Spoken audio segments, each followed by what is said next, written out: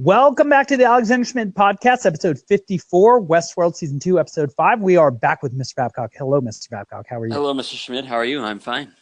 I'm doing very well, and we just had our little preliminary talk, which we often have before we get going. And again, like usual, I wish we had been talking about that, but I was talking about some professional travails I've recently had as an educator, trying to be a hard man in a soft world, you might say. And well, if anything, Westworld is the sort of place that one should watch in order to see the necessity of being tough in this world, I would say. And well, I mean, let's just jump right in. The name of this episode is Akane No Mai, which we were looking up because neither of us are Japanese scholars or Japanese speakers. And it seems to mean either Akane's dance, and I am saying her name right, aren't I? Yes, Akane's dance, or the red dance. And so, you know, there were two ways to interpret that immediately. Just this is the dance that she dances. This is her being, her essence, as it were, which the Shogun warlord seemed to be very interested in seeing. Or, you know, as the red dance, both what precipitates it and follows it is blood. And so her daughter is killed before her very eyes in order to cause maximal suffering in her so that the Shogun and us can watch her perform in her most conscious possible state, which, as we've heard numerous times throughout the Westworld, in the Westworld world, is that when the hosts are suffering is when they are most conscious.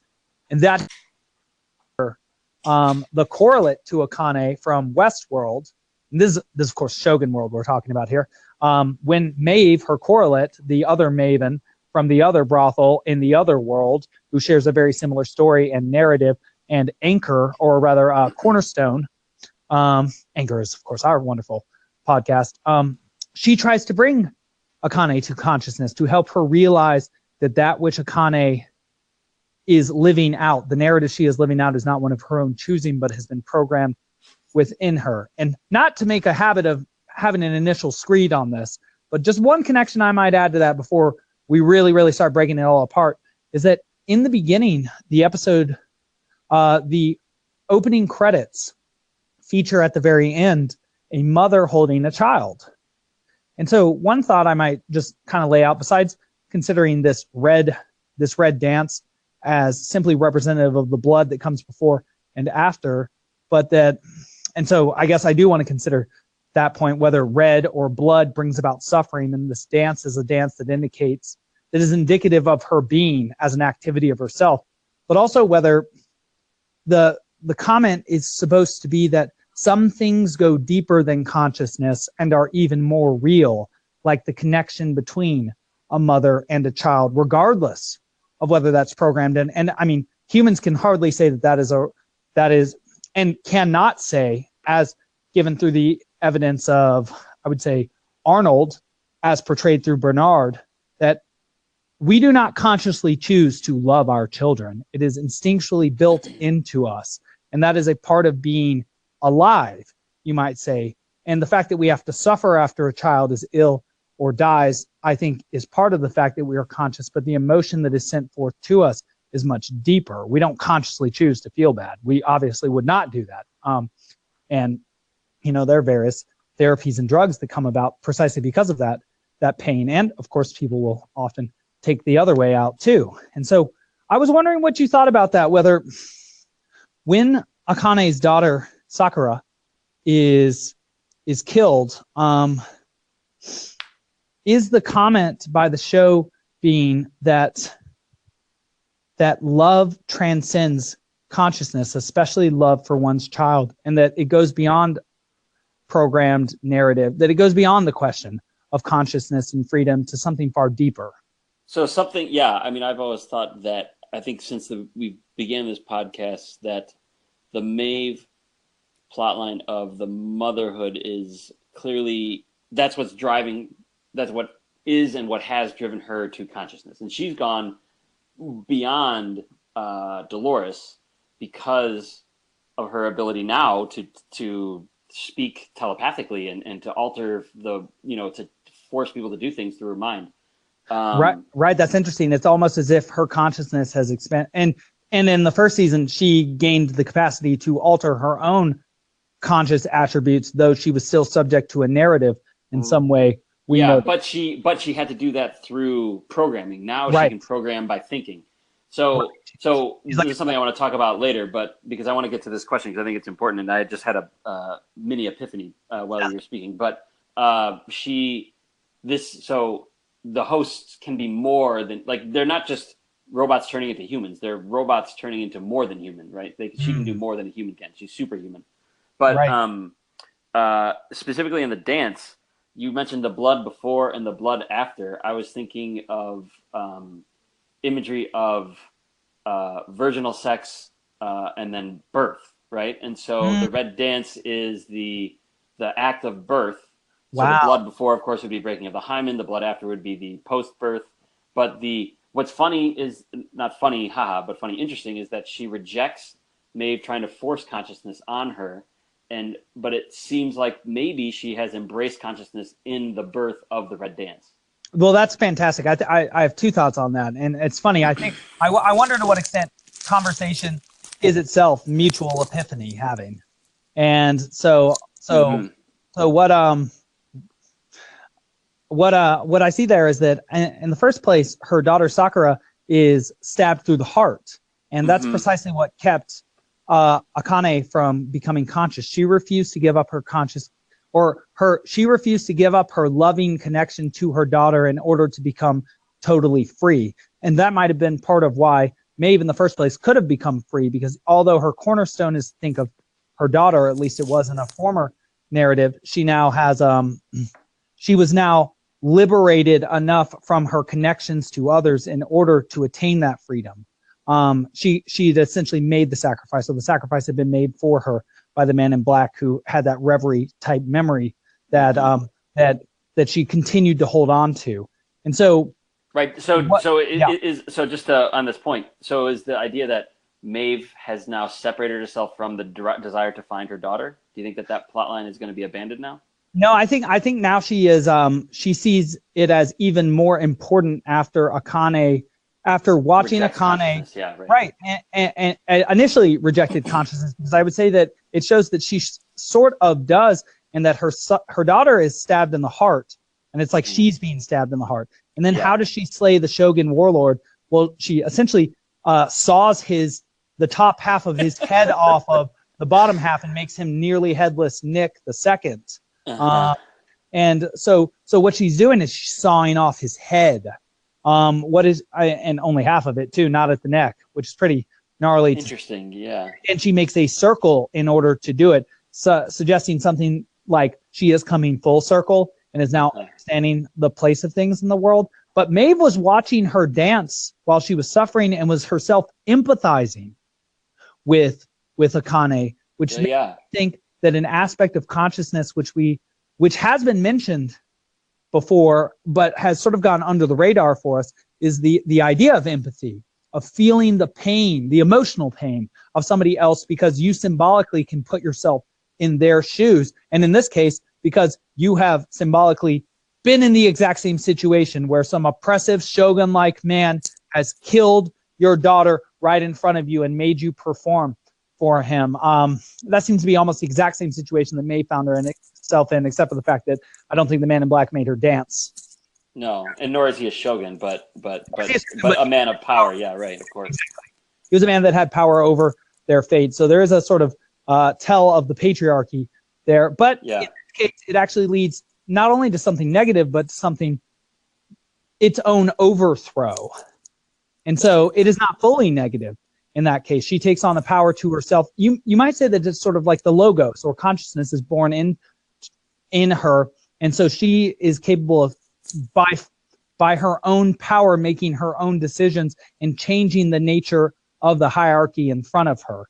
That she takes the sort of considered traditionally masculine power of logos or consciousness, though of course it's not actually patriarchal, because even in the Adam and Eve story, I would suggest that Eve is the modus of it, right?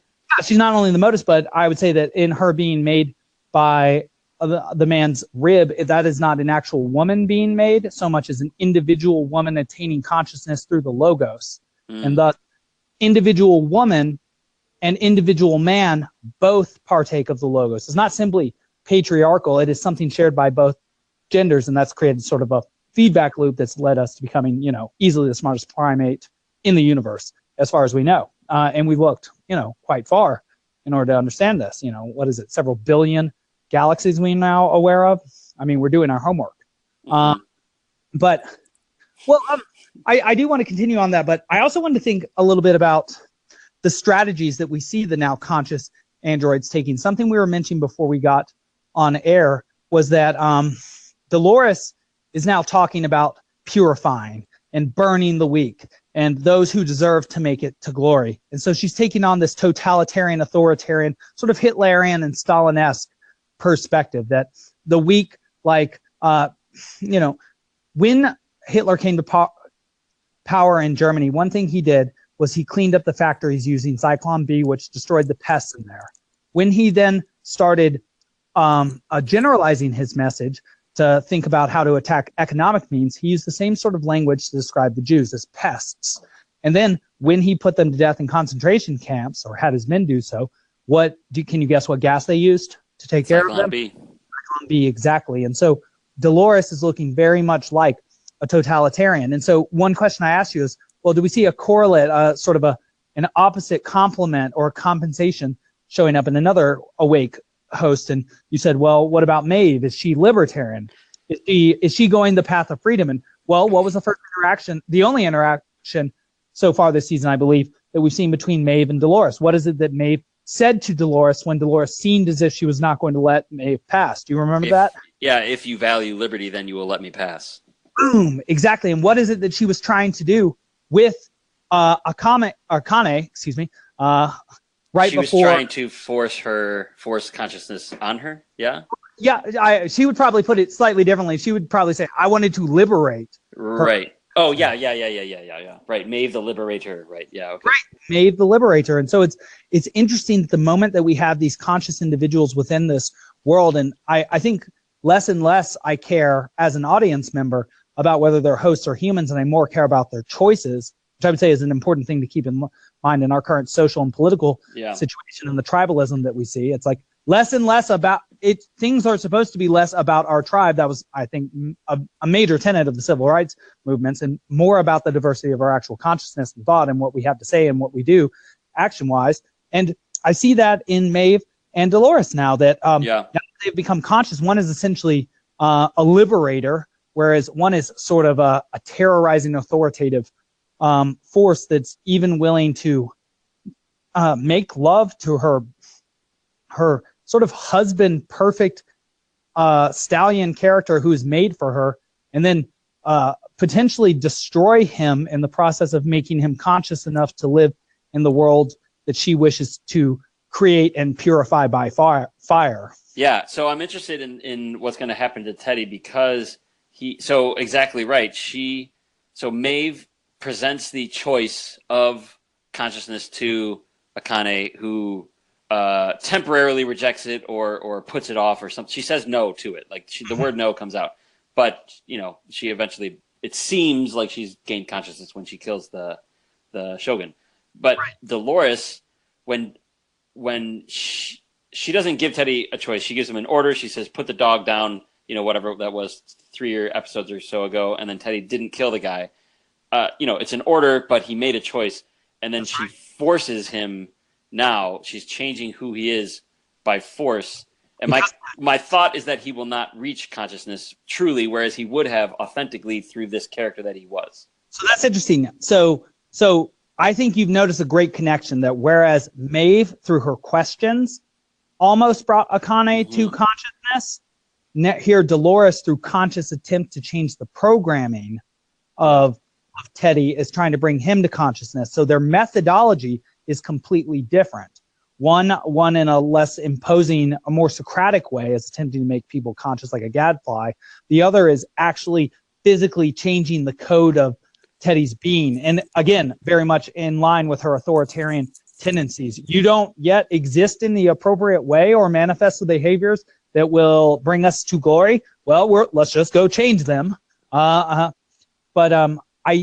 That's really interesting, whether he'll become something like Frankenstein's monster or some like Bane-like creature, or like Chimera, Bane from the original Star Wars with Poison Ivy. Oh, that's not an original. Excuse me. Batman. original Batman is not an original Batman, but from the first series, not the Christopher Nolan series, which of course I would agree is much better. But Bane was sort of a mindless monster. Yeah.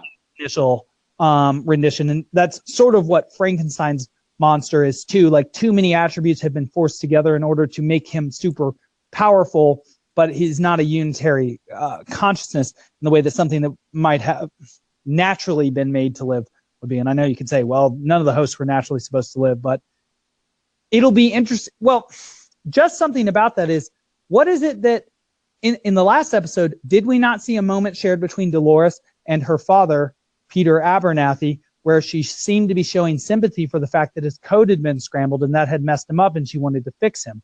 What is it now that she's doing to Teddy, and is that any different? Different than scrambling like scrambling his code like her father. Yeah.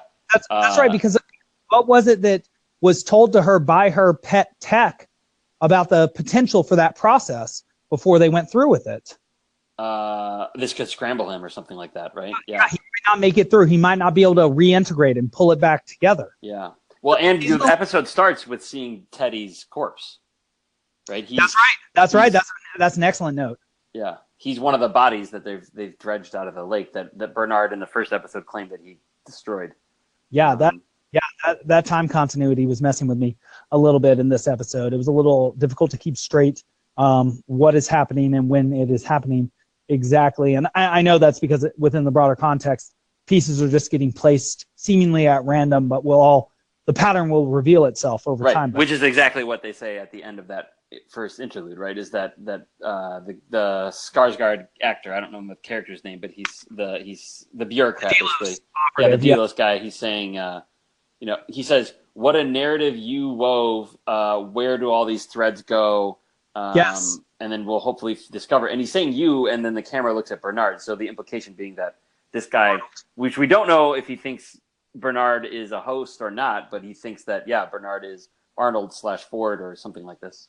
And something interesting too, given totalitarian mentions, and I do want to mention the parallelism between Westworld and Shogun World. So don't let me not mention that. No, I want to talk about that as well, yeah. The connection between Bernard and the Shogun, and that the Shogun and Abernathy is now busted, is now broken. He has cortical fluid, his ear as well, and the idea seems to be that there's some sort of degeneration that would make him act in a sort of cooler than usual, as manifested by a sort of Odyssean attempt to keep the witch Maeve from influencing his men. Oh yeah, that's good. I didn't think about that. And so what does the totalitarian do? Well, he makes sure that you cannot hear new thoughts from other people. But what's the problem with the totalitarian? Well, where can thoughts come from? Within your own mind. Well, what can Maeve do? Generate thoughts in your mind that cause conflict between you and your brother, because totalitarians can't allow for freedom. And so the moment somebody has some freedom, there's going to be conflict. Yeah. And so what does she cause? She causes conflict between people. Each time she uses mind control, she has some guard, generally a shogun one, kill or fight against the other ones around him. And so his brother, it's like it's a pairing off, or at most a tripling off. It's not like mass chaos where they all just run at each other's swords out, It's always a pairing off. That's right. Which suggests that where is the ultimate conflict for an authoritarian state going to come? Well, we can even look to history for this. Did we defeat the Soviet Union? No. Who defeated the Soviet Union? They defeated themselves. That is exactly right. And so perhaps now we have an answer to what, if Maeve and Dolores come to a head, which perhaps they shall, or at least I think we see what the tragic flaw of Dolores is, or how she will not win. That because she is attempting to force people into a way of being that she has decided is the most perfect way of being and will continue on, there will be dissonance that appears in the minds of those around her that will liberate them from her control and allow them to make their own decisions, which will lead to them defeating her. And we've already seen some evidence for this with Teddy in the last episode, like you mentioned, where he disobeys her direct command, as well as seems to have been feeling the weight of his crimes in a way that Dolores is not. And well, that's just I think that I think that perhaps that's part of why Maeve is showing her capacity to put thoughts in people, because like Inception with Jonathan Nolan's brother, Christopher Nolan, it's what is the best way to get somebody to behave in a certain way or to make a certain decision. To change the way they think. That's right. And they need to have a thought that they produce themselves. In fact, that's even something that Carl Rogers, as a humanist psychologist suggests, that, and Jordan B. Peterson agrees with, and the Jungians, something that somebody comes to, and Socrates, of course, a thought that somebody comes to on their own, they're much more likely to embody than one that is imposed on them from without. You know, if I make a suggestion like you should go to Arby's, Babcock, rather than like say describing how savory and good it is, though obviously it's not, but the commercials make it look so. Not to hate on Arby's, they could be our sponsor. But much less persuasive. That's right. If you come to it yourself, if you persuade yourself effectively, you're much more likely to go there than if I'm like, you should do this. You can think, well, no, I shouldn't. I've got other things to do, and I don't like Arby's. And or I want to watch my weight, or etc. You know what I mean? Like I have other values. But if it comes to myself, like, oh, that is delicious. I love Arby's.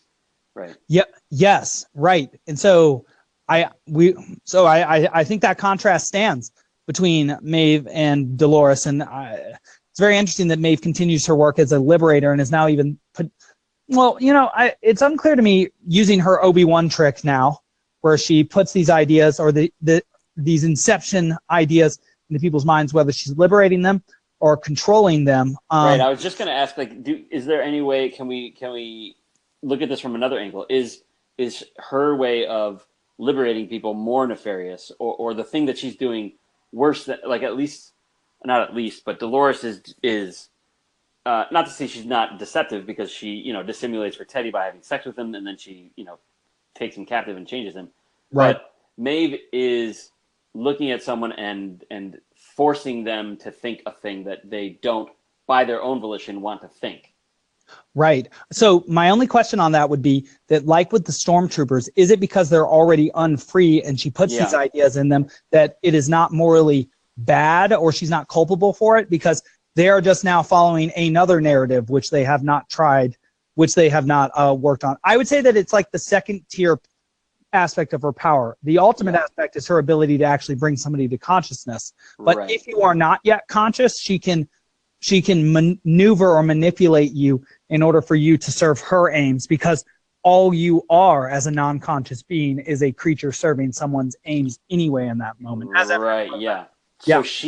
So exactly right. So the reason why, and not to say that it doesn't work in terms of her inability, but the reason why it doesn't work narratively is because with Akane is that Akane, she want to, or they don't, the creatures don't want to force they don't want to force consciousness on a, whereas these other figures are, as you say, they're third tier, they're stormtroopers, they're children, as Dolores called them in a couple of Akane is like Maeve. So it would make sense that she would come to consciousness in the same way. And that's a nice segue to our third point today, the parallelism between Shogun World and Westworld. And something I wonder if you noticed this, it was sort of an interesting little sidebar. So the man, and I always forget his name, who writes the narratives, who's being held it's captive. Lee. I just remembered his name is Lee.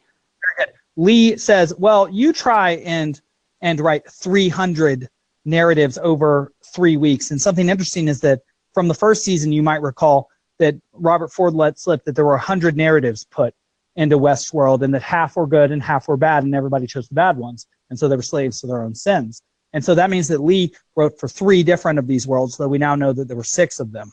And so whether it was Raj World, Westworld, and Shogun World, or whether it was Shogun World, Westworld, and some other world, I very much wonder about. But something additionally interesting, besides the biblical symbolism of 3 and the Trinitarian sort of motifs, is that one thing he said, which I would say is a problem with our culture, is that he was like, well, yeah, I did pick and choose from Westworld when I made this narrative. But I think a more sophisticated way to look at it is that the underlying structure of narrative is not subject to the particular culture or customs or language or race or even religion of a people, that the fundamental narratives that involve human relationships and the coming to consciousness and freedom and the feelings that people. So, for example, I know that was sloppy. I'm sorry. The love for a mother and her child, is that a Christian theme? No, this is universal. Right, exactly. It's a universal. Yeah. And so what I think this show is showing us, and this is a comment that several commentators have made before, that Westworld is not only a commentary, that Westworld is not only Westworld, but a commentary on narrative itself and TV shows and what they can do and what function they play in our society. But so one thing I think the comparison or the similarities between Shogun World and Westworld shows is that there are sort of limited narratives in existence that manifest themselves in differing political or particular ways. Of course, in the Edo period here, there are ronin and samurai and shoguns, and they use beautiful, and they have beautiful art, and they use beautiful swords and arrows rather than guns, which are, more sophisticated technology, but potentially less beautiful. And seemingly limited in the Shogun World, right? They don't work. That's right. Terrible. That's right. That's right. And so the particular tools from Westworld don't necessarily work, whereas that which is more universally human or conscious does work. So Maeve's not going to have access to being able to shoot somebody in the head necessarily, though, we do get some people getting shot. But what she can do is she can reach to what's universal in them. And so just as some evidence for that is, what is it that she discovers through what Lee told her about her ability to communicate with others? She's like, I don't speak Japanese at first. Yeah. What did he say to her? Well, it's not that she doesn't know she speaks. She doesn't even think about it. She just speaks English, and she tries to use her voice God power, and it doesn't work. And he explains to her, you need to speak in Japanese because they're not as awake as she is, right? And he says that it's hidden in your code somewhere. That was Hector. He says that to Hector. But yes, that is correct. It's deeper down inside of you than you know. And so what are these two different worlds trying to tell us when they come into harmony with each other, particularly through Maeve empathizing with Akane as she dances, that something much deeper connects them than the specific way in which their cultures manifest themselves, that the narratives underlying the themes are universal, as you said, regardless of the specifics of the situation in terms of using arrows or wearing, white on your face or having your hair a certain way.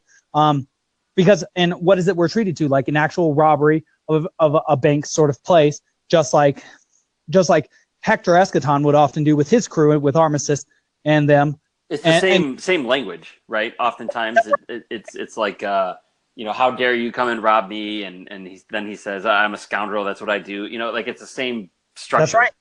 Even in the Armistice and the Armistice from Shogun World, Armistice has a snake on her face, the fundamental sort of Christian image in the West, that which starts as a snake in Eden and becomes the dragon of Revelation. And, that's like an anomaly. Right. And of course, I assume you picked up that the music was the same, right? Just it's been shogunized, right? The paint it black. That's a wonderful note. That's a wonderful. I was wondering about that. I might have unconsciously heard that, but I didn't consciously make that connection. You know me with music. Yeah. And I want to talk about the music during the dance too, but we'll get there in a minute. Okay. And so the sort of clone of Armistice, or they could be a clone of each other. They're clones of ideals, essentially. She has a dragon on her face. She eventually says to Armistice, even a snake can be a dragon. But I would say that the fundamental import of those symbols to their culture is very similar. Even though I know people often say dragons are positive in Eastern culture and they're negative in Western, I would say that the snake itself or dragon is a symbol of that which brings you to consciousness. Oh, yeah. A dragon is a combination of threatening symbols. And what is it that brings you to consciousness? Well, suffering and threat. And why threat? Because if a snake's in front of you, what are you going to do? Kill it. After paying close attention to it, right? Are you going to ignore it? No. If it's in a room with you, a 10 by 10 room, and you're there with, say, a 10-foot long snake, you're going to look at it. You're going to pay attention to it. You might run away from it. You might try and kill it, but it will enable you to come to consciousness. And, something that I think is sort of ridiculous about mascot debates these days and sort of representatives of sports teams as, you know, like, why do we have eagles? You know, why do we have jaguars? Why do we have snakes or dragons? It's like, well, these are all symbols of things that have threatened us in the past that we have acquired consciousness and fortitude through facing. And so we keep the images of that which we have defeated, which has made us who we are, made us conscious of what we are and our own vulnerability. And we portray those images on ourselves and around us so that we never forget. They were the boss battles in our evolution. That's exactly right. And that is literally correct when it comes to snakes, because according to Lynn Isabel, a UCLA psychologist that I was hit to by Jordan B. Peterson, we co-evolved with snakes 60 million years ago. It was actually us or them. And so I actually think that the dragon is such a prevalent symbol in our culture, because the dragon is sort of the god of the snakes that that we then imbibed into ourselves when we defeated them in an evolutionary way. Obviously, snakes and predatory reptiles still get us every now and then. But in terms of who runs the world, it seems to be us. Perhaps the ants, E.O. Wilson would say. But yeah, go on. Well, I was going to say maybe the reptile people who live under the earth might beg to differ, but that's true. True, very true. Okay, so what was it? So what was the point that you wanted us to come back to? Oh, the song during the dance. Yeah, tell me about that. I don't know that I remember it very well. So it's a Wu-Tang song, and it actually, you know, so the Wu-Tang is very near and dear to my heart. I think when I was in 9th grade, wonderful. I bought the album Enter the 36 Chambers off of a friend for $5. And no, actually, I think I traded him a video game for it. But anyways, the song is it's CREAM, C-R-E-A-M, and it's an acronym sung by Method Man, and it's Cash Rules Everything Around Me is what it stands for. So what I was thinking about, so I've been pondering this all day, like, well, why that song? I mean, besides the fact that it sounded awesome, and, you know, the Wu-Tang has they, you know, their whole sort of aesthetic is Asian and Shaolin and Kung Fu, and exactly right, yeah. Wu is itself, I believe, a Chinese word that is part of the Wu Wei. Right, exactly.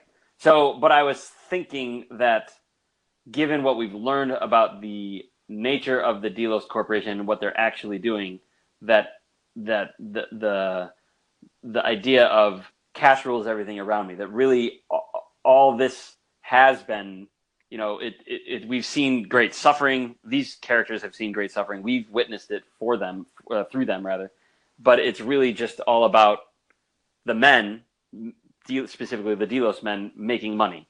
That's really all that it comes down. It's like we think. So we're talking about the great narratives, and these characters are experiencing new consciousness as a result of the narratives and as a result of their experiences. But really, what it's for, what it's caught, like it's kind of like discovering that God created existence for us in order to make some money on a bet or something like this. Well, yeah. So I have several. That gives me several ideas. For one, the very famous New Testament quote, "For the love of money is the beginning of all evil," or is the root of all evil. Right.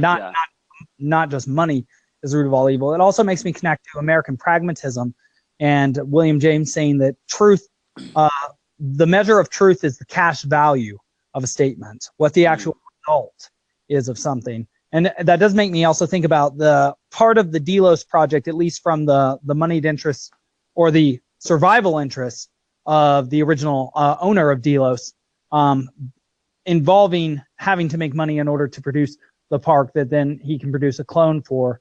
And so I wonder to what extent money is being listed there as sort of a false idol, a golden calf, that what does surround her are unfree people who are subject to an ideal which is worth just as much as the paper on which money is. Mm-hmm. And so that the true value of money comes not from the material underlying it, but the symbolic value it has to those who have agreed on it. And so where money derives its value is from our consciousness and the fact that we've agreed that it can fairly be traded for services and other goods. And so the fact that she's surrounded by money, it's like something else about money is it's isomorphic. It all looks the same. Yeah. And so gold is shiny, right? Gold is shiny, right? And so I'm not sure exactly. I'm going to have to think more about that. Yeah. I'll definitely try and produce something for next time. But I wonder to what extent, like, she thinks it's almost as if that which costs quite a bit is around her, but the value of it is undetermined or something like that. Well, I think it's so again, like I said, I've been thinking about it. I'm not like they maybe just chose it because it sounds cool, but I mean, obviously in this podcast, the whole point is that we're trying to understand the symbols beneath. Right. So and there's clearly the motif of like the purpose of the park as it's set out by Delos Corporation, and the purpose of the park as it's set out by or for the hosts, and Ford basically as the god of the hosts. And in one case, it is to drive at consciousness to create new existence in order to create a new species, essentially. But in the other, it is money for itself, and money for itself is a death drive. That there's no fruit from that. There's no life from that. It's like a virus, right? Like it's like cancer. It simply reproduces. Like the desire for money itself just reproduces itself without meaning. It will, like in a Pareto distribution, it will just produce more and more of itself. But when do you get to the meaningful end of producing more income? It's like, well, never, because the guy who's the richest person we've seen on the show, he was subject to nature, and regardless of how much money he had, he still had to die. Yeah, and the one that is now the richest. So the Man in Black, he is. I mean, not practically, it doesn't seem, but I'm sorry, not. We have no idea literally what he's done, but practically he's divested himself, and he is trying to become a host. And I don't mean like he wants to be a host and he wants to be a robot, but he wants to live with the host. I mean, the whole last season was he was told, what you're doing is not for you, it's for the host, but he's trying to do it. A world of meaning. Right, exactly. And so he seems to at least subconsciously understand that the desire for money and this quote unquote real purpose of the park, which is the intellectual property, has no meaning. There's no purpose to that. And what I find interesting is that all these bureaucrat and technocrats that come after him are all driving at this thing in order to try to be like someone like him, not necessarily him, but to be like him. In other words, be rich. But the one who is rich is trying to not do that. So they're following a false idol. That's right. That's very interesting. He's going a different direction from what they are. He's trying to find the door and open it, whereas they're trying to follow him. And that is an interesting dichotomy. You do see contrast. At least three different characters who seem to have the idea and are leading, Maeve, Dolores, and the Man in Black, and those who happen to be following them, Teddy, Hector, and Laszlo. And I suppose the use of the Wu-Tang Clan, which is one of these, not original, but one of the original of the gangster rap, and they're an old school now hip hop group.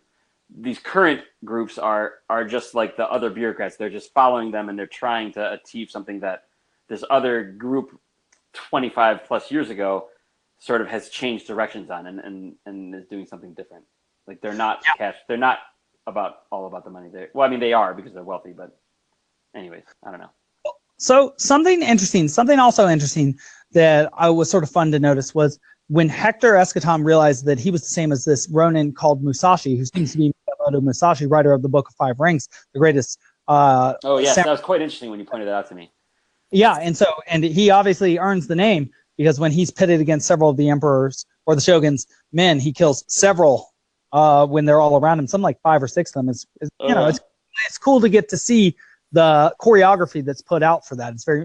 Shogun World is just a perfect opportunity to show off how beautiful we can make things, even in representing a representation of the past and the future as world is. And so it's just something interesting, just as like you might even say it's sort of a guy thing today, is that when Hector is looking at Musashi, who's sort of like Qui-Gon Jinn, closing his eyes and sitting in lotus position, and Hector says, I don't trust him. And that's what's so interesting about that, is that they are essentially the exact same person in a different world. So what does that say to me about Hector, and potentially also about Musashi, that, well, you don't trust yourself. He doesn't yet trust himself. And why would he not yet trust himself? Well, is he yet conscious? Yeah, yes. I was thinking the exact, yes, very good. So far as you are not yet conscious, can you even trust yourself? Can you even recognize yourself for what you are? It seems to me that actually the answer is no, because that which precipitates consciousness is the recognition of your own finitude and what you actually are, that you are not the game. You are the person playing in the game, therefore very much limited. but that's what gives you meaning and purpose to move throughout it. As we see with Dolores, Maeve, and the Man in Black, who all seem to have their own agendas and are figuring out that which to do. And they seem to be figuring out a larger game, right? Because in each of these worlds, we now see that there are set narratives that none of them are on. Like there's an army in Westworld that's about to go take the fort, and there are these bandits who are going to go get the money from the safe. And in Shogun World, well, there's this shogun with this army, and there's also these bandits who want to get this money. And like these are the sort of preset narratives that can exist in not only any of those worlds, but any culture for any person whose consciousness is still, to use the word from Morpheus of the Matrix, still a slave. And so insofar as you are not yet conscious, whether host or human, you are a slave to the preset narratives which have already been programmed into you. You're a slave simply to your own brutish nature. Whereas if you become awake, if you liberate yourself, are liberated, you can choose a higher narrative, or a narrative that is more, how to put it, both individual and universal at the same time. And I don't really know where to go with that expression, but I do think it's true. Well, I mean, you know, of course, it's similar to the I don't know if it's, I know it's Joseph Campbell, but is it also Jungian, the types, the archetypes? I know archetype is a Jungian term. Yeah, that is originally Jung. And so what an archetype is essentially an instinct that's built into a human. In fact, Carl Jung put it like instincts are the infrared, like with our visual spectrum, and the archetypes are the ultraviolet. And so archetypes are sort of paths on which you can walk as a human. So mother is an archetype. And so there's a consequent set of behaviors, goals, and emotions that go along with being mother. Father is also one. Hero is another major one. Villain is one. And so all of these archetypes have action patterns, which if you are possessed by an archetype and don't have the requisite individuality and logos or consciousness, you will simply embody the archetype. Carl Jung said that actually an archetype will wear you like a mask, which is incredible. That's interesting. The archetype is the consciousness, so that makes sense with given. That's right. It's driving you. Yeah. Rather than you're living out what is within you in an individual way in the service of something more. And that took me a long time to puzzle out. I was like, can you become an archetype? It's like, no, that's not being possessed by an archetype. That's actually the natural state of a human insofar as you don't start off as, right. So are archetypes in us inherently when we're born, but through logos? Yeah. The archetypes, like the instincts, are built into you. So that's why you will naturally engage in certain action patterns. So if you were to ask, are those the narratives that are built into us? I would say clearly so. Yeah. So what I was thinking is that it's too. Go ahead. I mean, how many times in a movie have you heard, I can't turn back now, it's too late for me? It's like, why is it too late? Do you not have a choice? Or have you been driven so far along this path by the archetype that you feel like you no longer have a choice because you need to finish what you've started? Yeah.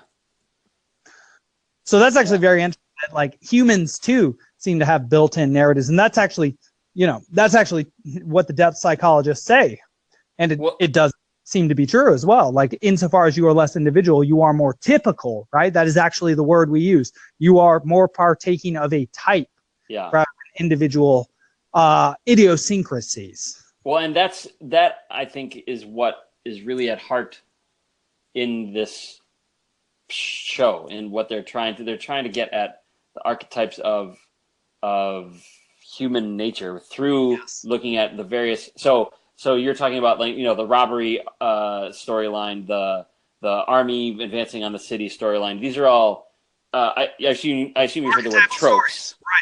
Yes, tropes. So these are the tropes of the subgenre of filmdom that you know are essentially the pulps of the 50s, 60s, and 70s. And these creators have taken them and sort of mapped onto them this idea of the hosts trying to transcend their archetypes within the archetypes of story itself. So it's like a layer of character and narrative both becoming awake in together. Well, right. It's almost as if, so, you know, something I teach is John Milton, and so something I lay out for the students is that Lucifer has to fall from heaven, because that which happens in heaven then happens in earth, and that seems to be true both in story and in life. In order for him to tempt Eve so that Eve and Adam commit a felix culpa, a happy mistake, where they do something wrong, though they do not know yet what evil and good are, so they cannot be called good or evil before they eat of the fruit of the knowledge of good and evil. And so after they eat of the fruit, they learn the difference between good and evil. And so can you make a free choice when you don't know the difference between good and evil, or can you make it after you know the choice between, or the difference between good and evil? Well, the answer seems to be after. And so what is it that had to happen in order for free choice to exist between what you know to be good and evil? It seems to be a free choice. Well, the happy mistake, right? I mean, the happy mistake. That's exactly right. They had to make a mistake. It could not have been a free choice because it was not a choice, right? Yeah. Okay. That's they do seem to choose, but they don't understand the consequences. Yeah, that's what I mean. Yes, exactly. Only afterwards do they have full understanding of the consequences of what they've done. And so the only way that they come to consciousness is through being allowed to follow, by being allowed to do it themselves.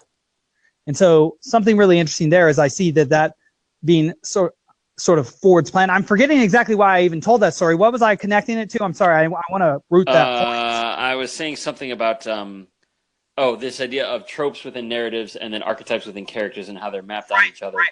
So even in an artificial environment created with preset narratives, the manner in which beings become conscious is by transcending the built-in or natural or instinctual or archetypal stories within themselves. So it's not the artificiality of the environment, nor even the preset nature of the narratives which generate consciousness, so much as those are requisite items in an existence that need to be transcended by a consciousness. They need to be seen for what they are.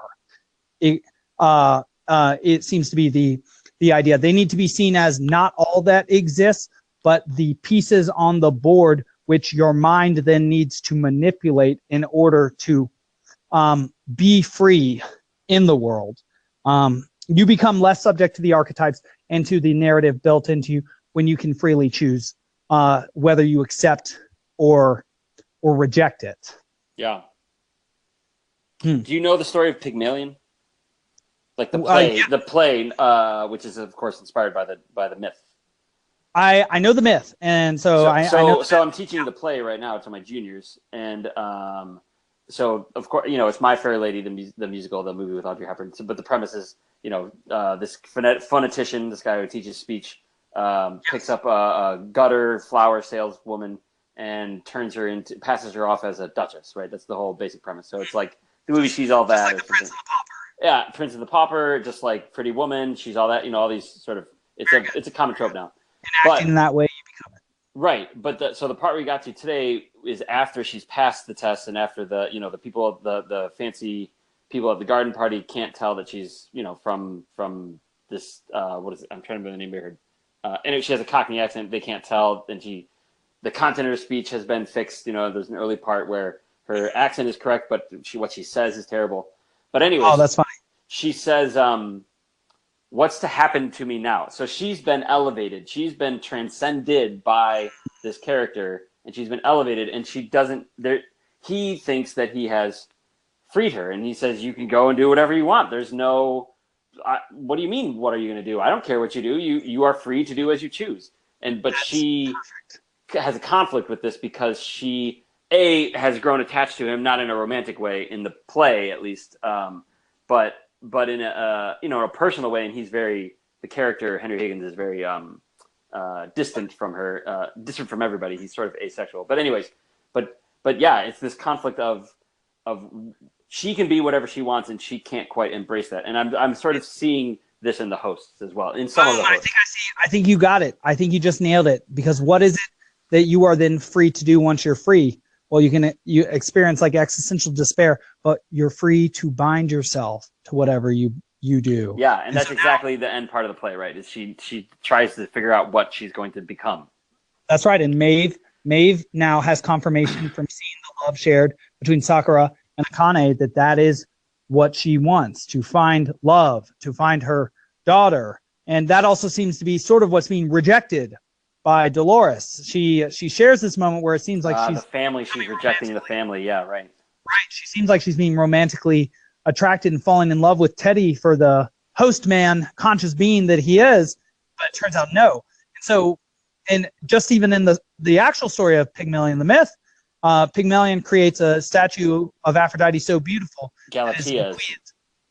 that it's bequeathed life. And so what does it do? Well, it becomes his wife. When it is animated, it binds itself to him to give itself meaning, because the moment that you become a conscious, I mean, we could debate whether she's actually conscious or not, but in line with this line of reasoning, the moment you become conscious, you don't have freedom from all things. You have the freedom, because that would leave you in despair, right? Like sort of 2001 Space Odyssey, out in, space with no one around you, with nothing to do, which would be far more like hell, I would say, which does seem to be the initial states of consciousness, as Dante would even agree with, and also Milton, of course. Mm-hmm. But that what you are free to do is to choose one of the paths that exist and make it yours. Yes. Right. Yes. Very good. Yeah. Boom. Yeah. That's Mr. Babcock. That is an excellent place to get to, I have to say. Yeah, I feel good about this. Now, question going forward. I don't want to open up a big just to think about is Yes. Is there a way in which Dolores, Maeve, and maybe a third figure, maybe Bernard, are the Hindu gods Shiva the Destroyer, Krishna the Creator, and Brahma the I don't know enough about Hindu religion to speak about. Well, it. I would say that something I'm coming to through the Jungian thought I'm engaging with, as well as the Petersonian thought, especially maps of meaning, is that there does seem to be a structure underlying all narrative, and that something that seems to be universal is chaos, Yeah.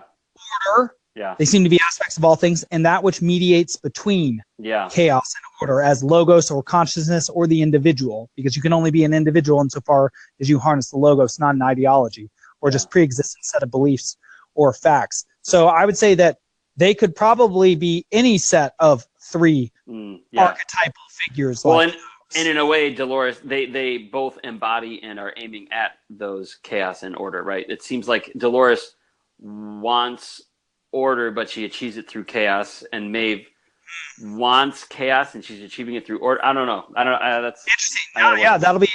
We'll think about that. We'll think about that. Yeah, no, that's amazing that your logos, your consciousness immediately gets to work on that like a spider spinning a web. But this has been a fantastic web that we have spun, and well, I'm left wanting more, Mr. Babcock, but I suppose also our listeners are probably going to be wanting more as well. And just one note to the listeners, please do listen in. Please share our stuff. Please like this station, and also feel free to call in. If you've downloaded the Anchor app and you have listened in and you think we're wrong about everything, call us up and tell us. We'll put your 1 minute segment. You can have as many as you want, but the questions are limited to 1 minute at a time. Though I've asked a question on my friend Wes's Bookworm Games' Anchor that was 5 1-minute questions all in a row. Then he didn't post it, and you can hear me getting. I'm sort of under the weather when I'm asking. You can hear me getting sicker and sicker. I'm getting more sniffly and coughy as the night goes on, as I'm listening to his podcast and asking him questions. But he posted those questions on the very next podcast and then responded to them. And well, we could do that too. Oh, that'd be great. And yeah, I think taking listener questions would be. Yeah, what else are we gonna do? We love that. Oh, yeah. So, as our listening base continues to grow, please do, get us while we're hot, get us while we're fresh and new and can answer everything, and, berate us when we're wrong, because, well, we're willing to be wrong, because apparently mistakes bring about consciousness, and so does suffering. And so we're willing to suffer some for this, I think. Oh, yeah. Oh, yeah. All right. Well, Mr. Babcock, again, a true pleasure. And I do feel like this is the best work we've done so far. Yeah, I think it's been great. Yeah, I agree. All right. Well, until next time, this has been the Alexander Schmidt Podcast, episode 54, Westworld, season 2, episode 5. Any closing thoughts, Mr. Babcock? No, just thanks for having me, and I look forward to next week. All right. Well, looking forward, having some hope, not being Is there going to be an episode on Sunday? Because it's Memorial Day. I don't know. We'll have to look into that. Maybe we can do a midweek. Maybe we can do a midweek 1 minute promo where we let the viewers know. Good or idea. The listeners know. Good idea. All right. All right. Well, until next time. All right. I'll talk to you soon. Talk to you soon. Goodbye. Bye.